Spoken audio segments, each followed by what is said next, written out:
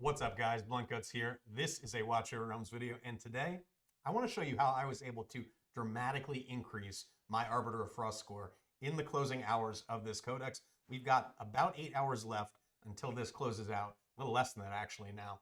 And if you employ this tip that I'm about to give you right now, you're going to see somewhere in the neighborhood of a 20% buff to your damage on this fight. It's really, there's no other way to more directly influence your ultimate score on this. And if you are trying to break onto the leaderboard here, or if you're on the leaderboard and you want to get higher up to claim some of those better rewards as we look at the higher ranks, this is something that is really going to help you do that.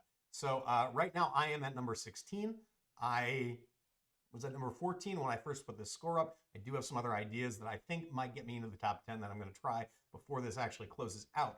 But I did want to make a standalone video for this to kind of share this Dolores tip that is going to allow you to bring Dolores into the fight. So normally, the hardest thing about this is that there are these orbs of frost, and each successive orb of frost that comes out is harder and harder to kill. Every successive one has higher HP, has higher magic and physical damage resistance, and so it's just very, very difficult to kill the last, I'd say 2 to 3, depending on your gear in the fight. It'd be a lot easier if you could bring Dolores, though, right? The problem is that whenever anybody, when one of your heroes in this stage casts a buff, they get frozen, and frozen for good, not just like 15 seconds or something like that, frozen for the rest of the fight. However, I'm going to show you a way that you can actually bring in a buffer, you can cast that buff, and you won't get frozen, and you'll be able to do it every single frost core that comes up. So here's what I'm going to show you. First, we're going to take a look at what happens when you do cast a buff normally in here. And you're going to see Dolores is going to get frozen. She's not going to be able to take action. So let's speed this up. Let's drop Dolores down.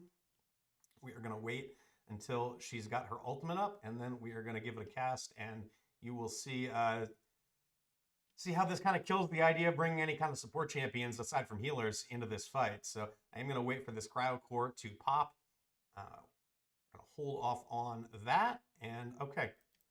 So now I cast the buff, Dolores gets frozen. She's going to be like that for the rest of the fight. There's nothing I can do to change that.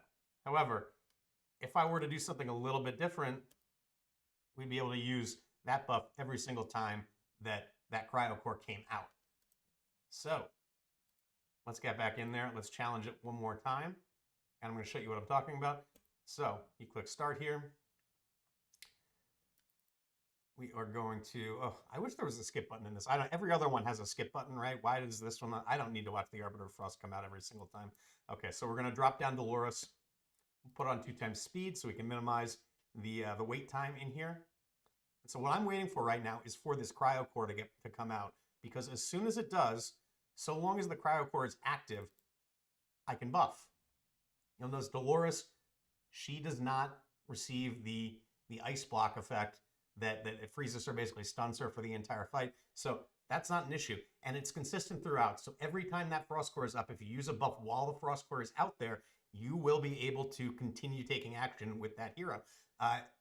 It's huge. It's gigantic. It is a game changer because it means that you can burn through those cryo cores not just more quickly, but you also get the benefit of having Dolores's inspiration buff for any time that it's up after you kill the cryo core. So it was a game changer. My score went from, I think I was topping out around 130K, or excuse me, 1.3 million, sorry, 1.3 million. And then I am at almost 1.6 million now. And this is just with, it took me maybe 5 attempts on that. The only thing that is limiting about it, Dolores, you do need to have some form of rage regen in order to get Dolores's rage back up all the way by the next cryo core.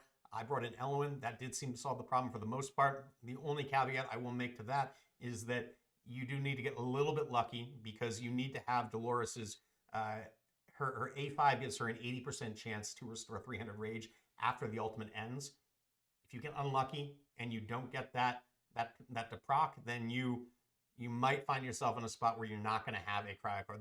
Have the inspiration buff up in order to take out the cryo core. However, the good thing is the later cryo cores, you're not killing them as quickly, so you will often be able to get, even if you don't have that proc go off, you will still have enough time to cast the inspiration buff before the cryo core dies, which will ultimately allow you to carry that inspiration buff into the phase where you are actually damaging the boss and accumulating more points. So I think this is really a game changer. I know that I've been speaking with a bunch of folks in my guild. This was not something that they knew about. So I'm hoping it's going to help some people out. We got about 8 hours left on this.